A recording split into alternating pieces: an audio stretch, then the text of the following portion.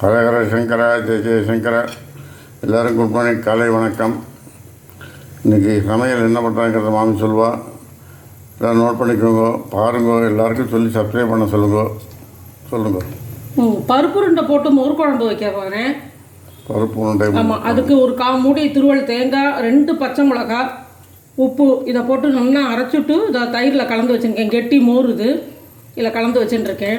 பருப்பு உருண்டை மோர் குழம்புக்கு ஒரு 50 கிராம் பருப்பு, 1 டேபிள் ஸ்பூன் உளுத்தம் பருப்பு, 1 டேபிள் ஸ்பூன் கடலைப்பருப்பு நல்லா 3-4 மணி நேரம் ஊற வச்சுட்டு இந்த 1 க்ரீன் சில்லி, 1 ரெட் சில்லி, உப்பு, பெருங்காயம், தூள் பெருங்காயம் போட்டு அரைச்சி வச்சுட்டுருக்கேன்.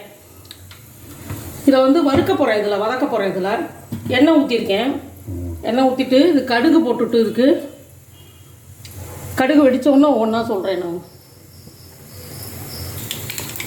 கடுகு வெடிக்க ஆரம்பிச்சுட்டு கேஸை சின்னது பண்ணுறேன்.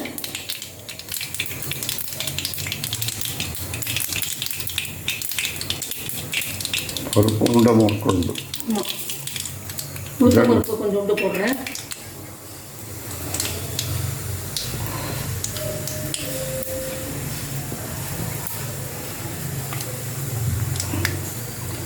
உளுத்தம் பருப்பு செவந்த ஒன்று அரைச்ச பருப்பு அதில் போட்டு கொஞ்சம் வதக்கிக்கணும். அவ்வளோதான், லைட்டாக. அது மோர் குழம்புக்கு தாளிக்கிறச்ச இது அதுக்கு தான் மோர் குழம்புக்கு தான் ரெடி பண்ணுறேன்.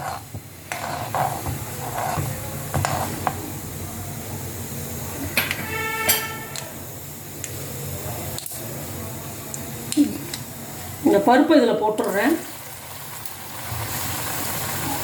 வேறு எதுவும் இதுக்கு அரிசி மாவு அது இது எதுவுமே போட வேண்டாம். இதில் வதக்கிட்டு நீங்கள் எண்ணெயை தொட்டு உருட்டினாலே மோர் குழம்புல அதை போட்டால் கரையவே கரையாது, அப்படியே நல்லாயிருக்கும். இது பருப்பு உருண்டை வெத்த குழம்புக்கு இது மாதிரி தான் அரைக்கணும். என்னென்னா கொஞ்சம் சின்ன வெங்காயம் நறுக்கி அதை வதக்கிட்டு அதில் பருப்பை போட்டு வதக்கிட்டு அப்புறம் எண்ணெயை தொட்டு உருட்டின்னு குழம்புல வைக்கணும். ஆனால் மோர் குழம்புக்கு அப்படி இல்லை. இது மாதிரி வதக்கிட்டு உருட்டிட்டு வேட்டில் வச்சிடலாம். இட்லி கொப்பரையில் வேட்டில் வச்சு எடுத்து அதை மோர் குழம்புக்கு போட்டுடலாம். ஏன்னா மோர் குழம்பு ரொம்ப நாள் நம்ம கொதிக்க விட மாட்டோம். அதனால் வெத்த குழம்புனா கடைசியில் சுண்டுற வரைக்கும் அந்த உருண்டையை போட்டு எடுக்கலாம். அது குறுக்கிற வரைக்கும் தண்ணியாக வெத்த குழம்பை கரைச்சிட்டு 4 உருண்டையாக போட்டு எடுக்கலாம். ஆனால் மோர் குழம்பு அப்படி இல்லை. நம்ம வச்சுட்டு ஒரு கொதி வந்தவுடனே ஆஃப் பண்ணிவிடுவோம். நுரைச்சி மேலே ஒரு கொதி கொதிச்சவுடனே ஆஃப் பண்ணிவிடுவோம். அதை தண்ணியெல்லாம் வைக்க முடியாது மோர் குழம்பு. அதனால் வேட்டில் வச்சு போட்டேன்னா ரொம்ப நல்லா இருக்கும்.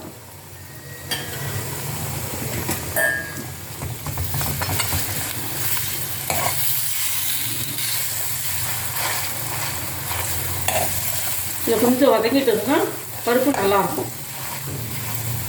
இந்த மாதிரி வதக்கி எடுத்துக்கணும். இந்த ஊற்றின எண்ணெயும் இல்லை பாருங்க, இது நல்லா சுருண்டு இப்படி வந்துடணும் பருப்பு. இந்த மாதிரி எண்ணெயை விட்டு இது மாதிரி எடுத்துட்டு இதை அப்புறமா உருட்டிக்கலாம். கேஸ் ஆஃப் பண்ணிடலாம். ஆஃப் பண்ணிவிட்டு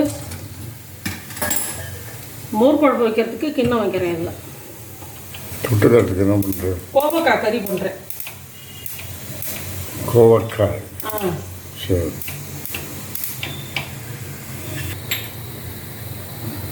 தேங்காய் எண்ணெய் ஊற்றிருக்கேன். 1 டேபிள் ஸ்பூன் தேங்காய் எண்ணெய் மோர் குழம்புக்கு. இந்த கடுகு போட்டிருக்கேன். கடுகு வெடிக்க ஆரம்பிச்சோன்னு சின்னது பண்ணிவிட்டு வெந்தயம் கொஞ்சோண்டு போடுவேன். போட்டு இந்த கருவேப்பிலையை போட்டு மோர் குழம்பு வைக்க வேண்டியதான். இந்த மோர் குழம்பு இப்படி கரைக்கிறச்சியே இதுக்கு உரப்பு இது உப்பு போடுமான்னு பார்த்துக்கோங்க. உப்பை போட்டு இது பண்ணிவிடுங்க.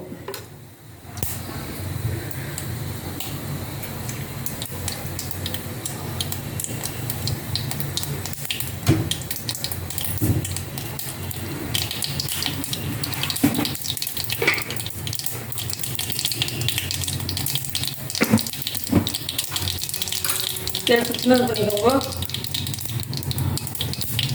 வெந்தயம் போடுறேன். இதுக்கு வெந்தயம் கொஞ்சம் உண்டு.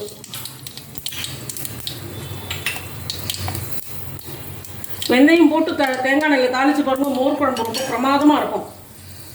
இதெல்லாம் எங்கள் மாமியார் சொல்லி கொடுத்த டிப்ஸ். இதெல்லாம் வெத்த குழம்புக்கு தான் போடுவோம் அப்படின்னு நம்ம அதில் சாம்பாருக்கும் உண்டு, மோர் குழம்புக்கும் உண்டு வெந்தயம் தாளிக்கிறது.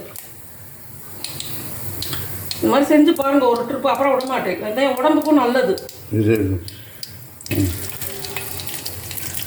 கருவேப்பிலை வெடிச்சுட்டு மோர் குழம்புக்கு இருக்கிறேன். உங்களுக்கு பிடிக்குன்னா மஞ்சள் பொடி போட்டுக்கோங்க, ஒன்றும் தப்பு கிடையாது. மஞ்சள் பொடி போடுறதுனால ஒன்றும் மிஸ்டேக் கிடையாது. எங்கள் இடத்துல மோஸ்ட்லி மஞ்சள் பொடி போட்டு நாங்கள் செய்ய மாட்டோம். ரொம்ப ரேர் மஞ்சள் பொடி போட்டு நாங்கள் மோர் குழம்பு வைக்கிறது. உங்களுக்கு வேணா நீங்கள் மஞ்சப்பொடி போட்டு செய்யுங்க. மஞ்சப்பொடி போடுறதுனால ஒன்றும் குத்தம் கிடையாது.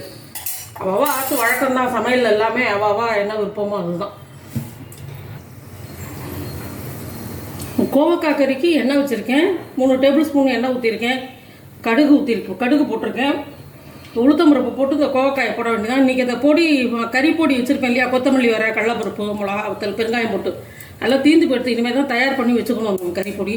ஸோ வெறும் காரப்பொடி, உப்பு, பெருங்காயம், தூள் பெருங்காயம் போட்டு தான் வதக்க போகிறேன் இன்றைக்கி.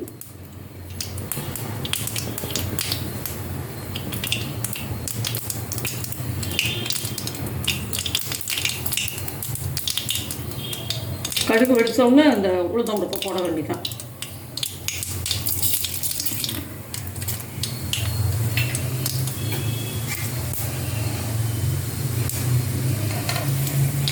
அந்த பக்கம் மோர் குழம்பு இன்னும் ரெடியாக கரைச்சி வச்சுருக்கேன். இந்த பக்கம் இன்றைக்கி வந்து பருப்பு உருண்டை போட்டு மோர் குழம்பும் கோவக்காய் கறியும் பண்ணுறாரு.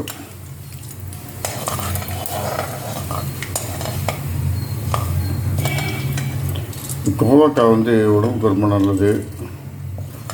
அடிக்கடி சேர்த்துக்கோங்க உடம்புக்கு.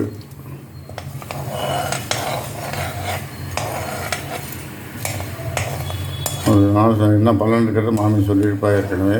ஆமாம், ரொம்ப நல்லது. அதில் ஃபோலிக் ஆசிட் இருக்குது. கோவக்காய் சாப்பிடலாம், ரொம்ப நல்லது. வெறுமனையே திங்க சொல்கிறாங்க. 4 கோவக்காய் ஃப்ரெஷ்ஷாக வாங்கின்னு வந்து ஃப்ரிட்ஜில் வச்சு அதை சாப்பிடக்கூடாது. ஃப்ரெஷ்ஷாக வாங்கின்னு வந்து கோவக்காயை 4 நாள் டெய்லி சாப்பிட சொன்னால் தலையிலேருந்து கால் வரைக்கும் என்ன உடம்புக்கு இருந்தாலும் சரியாக போயிடும் அப்படிங்கிறேன். ஃப்ரிட்ஜில் வைக்கக்கூடாது, ஃப்ரெஷ்ஷாக வாங்கின்னு வந்து சாப்பிடணும். இதை போடுறேன், வதங்கட்டும். இது வந்து ரவுண்டாகவும் நறுக்கலாம். ஆமாம், நீளக்கம் நறுக்கிருக்கா மாமி மெல்லிசா. கொஞ்சம் மீடியமாக இப்போ வச்சுக்கோங்க. உளுத்து போட்டோன்னே மீடியமாக வச்சுக்கோங்க கேஸை. முடிக்கணுமா? ஆமாம், மூடி வச்சுக்கணும்.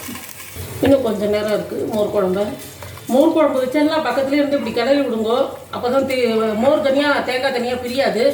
உங்களுக்கு பிடிக்கும்னா ஒரு 1/2 ஸ்பூனு கடல மாவு கரைச்சி ஊற்றலாம். அந்த மோரோடையே கலந்து விடலாம். 1/2 ஸ்பூன் கலந்து ஊற்றலாம். இந்த மோர் குழம்பு ரெடியாக எடுத்து இனிமேல் தான் அதை வேட்டில் வச்சு இதில் போட போகிறேன். இந்த மோர் குழம்பு ரெடியாக எடுத்து இந்த பாருங்கள், மோர் குழம்பு ரெடியாக எடுத்து இப்போ இதை வேட்டில் வச்சுட்டு உருண்டையாக ஊற்றின்னு. ஆமாம், உருண்டையை ஊற்றின்னு வந்து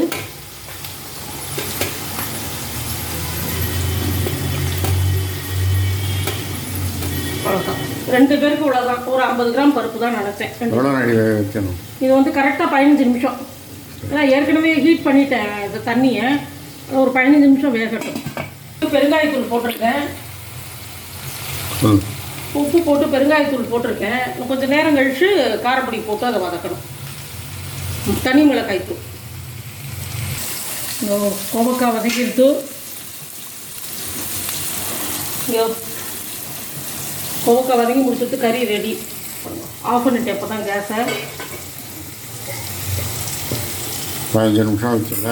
ஆமாம், 15 நிமிஷம் இல்லைன்னா நம்ம வெந்நீர் அப்போ தான் ஊற்றினோம்னா அப்போ வந்து இது பண்ணணும். இந்த மோர் குழம்புல போடுறேன். 1 2 3 4 5 6. இதுதான் தான் இருக்கு. ஆமாம், இதை வந்து வேணால் நம்ம பிசைஞ்சு சாப்பிட்லாம். நெய் ஊற்றி இந்த பருப்பு வேக வச்சு வச்சுருக்கோமோனோ இதை நல்லா சாத்தில் போட்டு பிசைஞ்சு சாப்பிட்லாம், நல்லாயிருக்கும்.